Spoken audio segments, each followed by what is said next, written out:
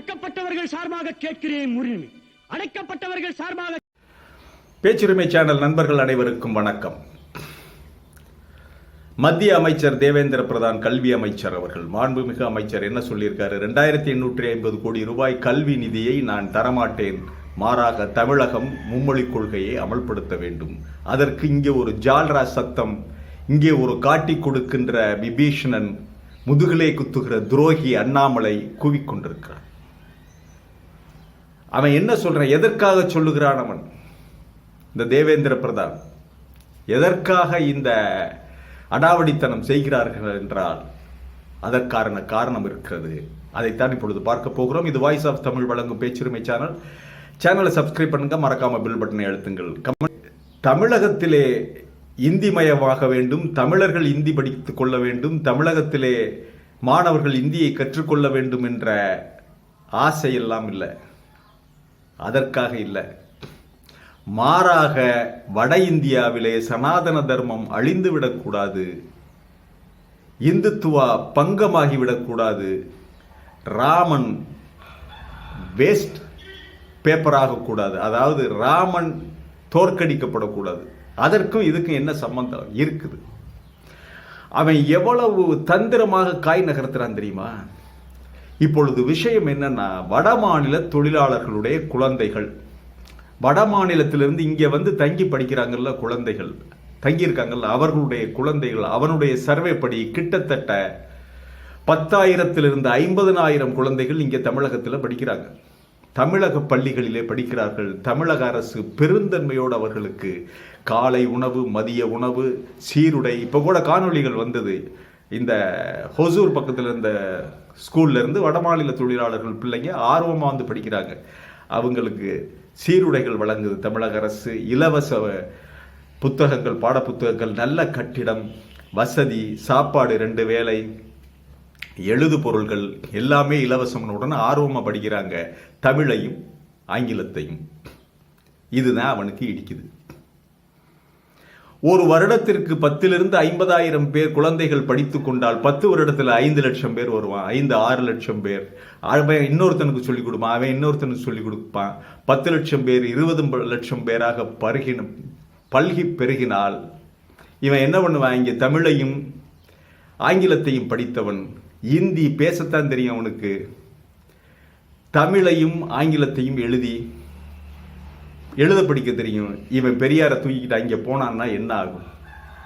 இங்கிருந்து பகுத்தறிவுவாதத்தை, பகுத்தறிவு கொள்கைகளை, இங்கே இருக்கின்ற அறிவை, மனிதாபிமானத்தை, பெருந்தன்மையை எடுத்துக்கொண்டு வடநாட்டிலே சென்று இவன் பேசினான் என்றால், ஒருத்தன் 10 பேர்கிட்ட பேசினால் 1 கோடி பேர்கிட்ட போய் சேர்ந்து என்ன ஆகும்? உன் ராமன் காலி, உன்னுடைய ராமனும் காலி, சனாதன தர்மமும் காலி. சனாதன தர்மம் என்றால் என்ன என்று அந்த சமஸ்கிருத வேதம் என்ன சொல்லுகிறது? மனு தர்மம் என்றால் என்ன சொல்லுகிறது? சனாதனம் எப்படி மனிதர்களை பாகுபடுத்தி பார்க்கிறது என்று இந்த ஏழை தொழிலாளர்களுடைய குழந்தைகள், வர்க்க போராட்டத்திலே நசுக்கி அமுக்கப்பட்டிருக்கிற இந்த குழந்தைகள் இன்றைக்கு படித்து இந்த பெரியார் சக்தி, பெரியார் மண்ணிலிருந்து இவற்றையெல்லாம் கொண்டு சென்று வடநாட்டிலே பரப்பினால் முதலுக்கே மோசமாயிரும்.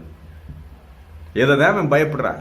அப்ப இந்த வடமாநில தொழிலாளர்களுடைய குழந்தைகள் ஒரு 10-50,000 பேர் படிக்குது. அதுகளுக்கு இந்தி போய் சேரணும், இந்தி எழுத படிக்க கற்றுக்கொள்ள வேண்டும் என்று அவன் ஆளாய் பறக்கிறான்.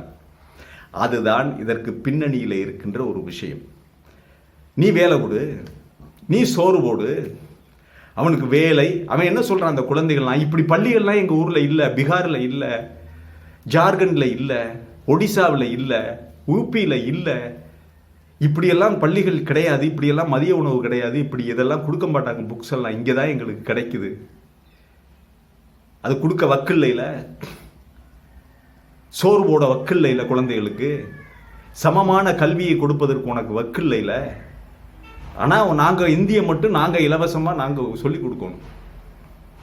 ஏன்டா நீ ஒரு டியூஷன் டீச்சர் அனுப்பு, உன் வடமாநில தொழிலாளர்களுக்காக வீட்டுக்கு வீடு போய் உட்கார்ந்துக்கிட்டு சொல்லிக் கொடு, எழுத படிக்க சொல்லிக் கொடு. அவ்வளவு ஆசை இருந்தால், அவ்வளவு ஆர்வம் இருந்தால் என்ன, அவ்வளவு இருந்தால் நீ வந்து சொல்லிக் கொடு. இன்னொரு கணக்கையும் இவன் பார்த்துருக்காங்க. இந்த கும்பமேளா நடந்துச்சுல, கும்பமேளா, இந்த கும்பமேளாவில் கலந்துகிட்டது அத்தனை பேருமே வடநாட்டுக்காரர்கள், தென்னிந்தியாவிலிருந்து பெரும்பாலும் யாரும் செல்லவில்லை. அதுவும் தமிழ்நாட்டிலிருந்து சென்றவர்களுடைய எண்ணிக்கை 0. கும்பமேளாவில் போய் கலந்து கொண்டு அவன் வருஷத்துக்கு ஒருக்கா குளிக்கிறவன், அவன் குளிச்ச தண்ணியில் நம்ம குளிக்கலாமாங்கிறது ஒன்று. இரண்டாவது, இந்த பகுத்தறிவு பூமியில இருந்து யாரும் போகலை. இந்த சங்கி கும்பல் கொஞ்சம் கிடக்குது. அண்ணாமலையோட சேர்ந்த சங்கி கும்பல் ஒரு 500 பேருக்கு மேல் இல்லை. தமிழ்நாட்டிலிருந்து கும்பமேளாவுக்கு சென்று நீராடியவர்கள் 500 பேருக்கு மேல் இல்லை. நீ மிதிபட்டு செத்து விடுவோம் அந்த அவங்கள்கிட்ட. இந்த ட்ரெயினில் இடிபட்டு மிதிபட்டு சாகனம்ல, அதே மாதிரி செத்து விடுவோம் என்று ஒரு பயம். ஆகவே இந்த சங்கி பயில்கள் அங்கே போகலை. போய் கட்டி பிடிச்சிக்கிற வேண்டியதானடா நீங்கள். உங்கள் சங்கி கூட்டத்தை அங்கே போய் கும்பமேளாவில் கட்டி பிடிக்க வேண்டியதானே. போட்டு மிதித்து கொண்டுட்டு கழுத்தில் காதில் இருக்கிறதையெல்லாம் எடுத்துக்கிட்டு போயிடுவாங்க. இதெல்லாம் வேணும்னே திட்டமிட்டே பண்ணுறதுங்க. நெரிசலை எல்லாம் திட்டமிட்டே பண்ணி சாகடிச்சு கையில் காதில் இருக்கிறதெல்லாம் அள்ளிக்கிட்டு ஓடுறது திருட்டு பயலுங்க. ஆக இப்படி கும்பமேளாவுக்கு கூட்டம் வரல. தென்னிந்தியாவில் தமிழகம் சுத்தமாக ஆப்சென்ட். இன்னும் மற்ற கேரளாவில் கிடையாது. கர்நாடகா, ஆந்திரா அதுவும் அந்த அளவுக்கு எதிர்பார்த்த அளவுக்கு இல்லை. மகாராஷ்டிராவும் ஓரளவுக்கு தான் சென்றிருக்கிறார்கள். கும்பமேளா என்பது அந்த இந்தி பேசும் மாநிலங்களுக்காக மட்டும்தான். என்னன்னு பார்த்துருப்பான், இந்தி தெரியல, இப்படி விட்டோம்னா கும்பமேளாவுக்கு கூட்டம் சேராது. கொஞ்ச நாள்ல கும்பமேளாவையும் ஊத்தி மூடி எள்ளும் தண்ணியும் தெளிக்க வேண்டியதுதான். அதனால் அவர்கள் இந்தி படிக்க வேண்டும். இந்தி படித்தால் தான் மூட நம்பிக்கை வளரும். இந்தி படித்தால் தான் சாமியார் காலில் கும்பிட்டு கொடுத்து தட்சிணை வைப்பேன். இந்தி படித்தால் தான் சனாதன தர்மத்தை கடைப்பிடித்து சாமியார்களுக்கு கொடுத்து, இந்துத்துவா பண்டார பரதேசிகளுக்கு கொடுத்து, இந்த நாக்பூர் நாதாரி பயல்களுக்கு காணிக்கை கொடுத்து வீணா போவேன். இவன் இந்தி படிக்காம இருந்தா பகுத்தறிவாளனாவே மாறிடுவானே, பகுத்தறிவோடு வளர்ந்துருவானே. அதனால இந்தி படிச்சே ஆகணும்னு சொல்லி இந்த வீம்பு பேசிக்கிட்டு இருக்கேன். இது ஒரு காரணம். கும்பமேளாவிற்கு தென்னிந்தியர்கள், குறிப்பாக தமிழகத்தில் இருந்த ஆட்கள் செல்லாத காரணம் என்னவென்றால் பகுத்தறிவு அதிகமாகிவிட்டது, படிப்பு புத்திசாலித்தனம் அதிகமாகிவிட்டது தமிழர்களிடம். அதே சமயம் வடமாநில தொழிலாளர்களுடைய குழந்தைகள் இந்தியை எழுத படிக்க தெரியாமல் வளர்ந்து கொண்டிருக்கிறார்கள். இவர்கள் வந்தால், வடநாட்டிற்கு வந்தால் என்ன ஆகும் நிலைமை? ஒருத்தன் 10 பேர்கிட்ட பேசுவான். அந்த 10 பேர் இன்னொரு 10 பேர்கிட்ட பேசினால் அங்கே லட்சக்கணக்கான கோடிக்கணக்கான நபர்களிடம் பெரியார் சென்று போய் சேர்ந்து விடுவார், அம்பேத்கர் போய் சேர்ந்து விடுவார். இன்னும் இங்கே இருக்கிற பகுத்தறிவாதம் எல்லாமே போய் சேர்ந்து விடும். முதலுக்கே மோசமாயிடும். அவங்களுடைய சனாதன தர்மம், அதை வைத்து நடக்கின்ற பிசினஸ், அந்த பனியாக்கள், இந்த நாக்பூர் கும்பலுக்கு, இந்த நாக்பூர் கும்பலை அடியோடு அடித்து விரட்டுகிற வேலையை இந்த வடமாநில தொழிலாளர்களுடைய குழந்தைகள் செய்து விடுவார்கள் பிற்காலத்தில். அதுக்கு தான் பயப்படுறாங்க. இப்பவே அவங்களுக்கு இந்தியையும் கற்றுக் கொடுத்து விட்டால், இந்தியிலே தானே இந்த புருடா கதை, புண்ணாக்கு கதை, என்ன சோரம் போன கதை, முனிவனுடைய மனைவியை இந்திரன் தூக்கிட்டு போன கதையெல்லாம், இதை விட நூற்றுக்கணக்கான கதைகள், அசிங்கமான கதையெல்லாம் அங்கே தான் இருக்கு. அதைத்தான் தெய்வம் என்று வணங்கி கொண்டிருக்கிறானே. தமிழகத்திலே போய் அறிவு பெற்றுவிட்டு வந்து விடக்கூடாதுங்கிறது தான் இவங்களுடைய ஆதங்கம். அதற்காகத்தான் இப்பொழுது வட மாநில தொழிலாளர்களுடைய குழந்தைகளுடைய அறிவு, தமிழை மட்டுமே ஆங்கிலத்தை கற்றால் அறிவு மேம்பட்டுவிடும், இந்தியை கற்றால் தான் நம்ம கையில் இருப்பாங்க என்பதற்காக, இந்தி கற்றுக் கொடுப்பதற்காக இந்த சாட்டையை எடுத்திருக்கிறான். இந்த சாட்டையை மாதிரி பல சாட்டையை பார்த்தது தமிழகம். சாட்டையை பிடுங்கி திருப்பி உனக்கே முதுகுலே அடிப்போம். அது மட்டும் இல்லை அண்ணாமலன்னே, நாங்கள் அப்படியே மும்மொழி கொள்கையை ஏற்றுக்கொண்டு ஹிந்தி படிச்சிட்டோம்னு வச்சுக்கிறோங்க. தமிழ்நாட்டில் இருக்கிறவங்க ஒரு கோடி பேர் திரண்டு, 1 கோடி மாணவர்கள் அடுத்த 10 ஆண்டுகளில் இந்தியை கற்றுக்கொண்டால் உங்கள் நிலைமை என்ன ஆகும்? வடநாட்டு நிலைமை.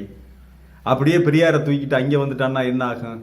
நாங்கள் எல்லாம் பெரியாரை தூக்கிக்கிட்டு நம்முடைய மாணவர்கள் வடநாட்டுக்கு சென்று விட்டால் உங்கள் நிலைமை என்ன ஆகும்? உங்கள் புழுகு மூட்டைகள், புண்ணாக்குகள், புராணங்கள் இதெல்லாம் என்ன ஆகும்?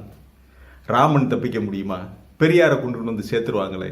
அதையும் கொஞ்சம் சிந்திச்சு பாருங்க. தமிழன் ஹிந்தி படித்தால் உங்களுக்குத்தான் ஆபத்து. இந்திக்காரர்கள், உங்களுடைய புழுகு மூட்டைகள், உங்களுடைய கற்பனை கோட்டைகள், உங்களுடைய புராண இதிகாசங்கள், அதை வச்சு வயிறு வளர்க்குறது எல்லாத்துக்குமே ஆபத்து வந்துடும். எது வேணும்னு நீங்களே முடிவு பண்ணிக்கோங்க. அதுதான் தமிழகம். மீண்டும் ஒரு காணொலியை சந்திக்கிறேன். இது வாய்ஸ் ஆஃப் தமிழ் வழங்கும் பேச்சுரிமை சேனலை சப்ஸ்கிரைப் பண்ணுங்க, மறக்காம பெல் பட்டனை அழுத்துங்கள், கமெண்ட் செய்யுங்கள், ஷேர் செய்யுங்கள், பிடித்திருந்தால் லைக் செய்யுங்கள். நன்றி, வணக்கம்.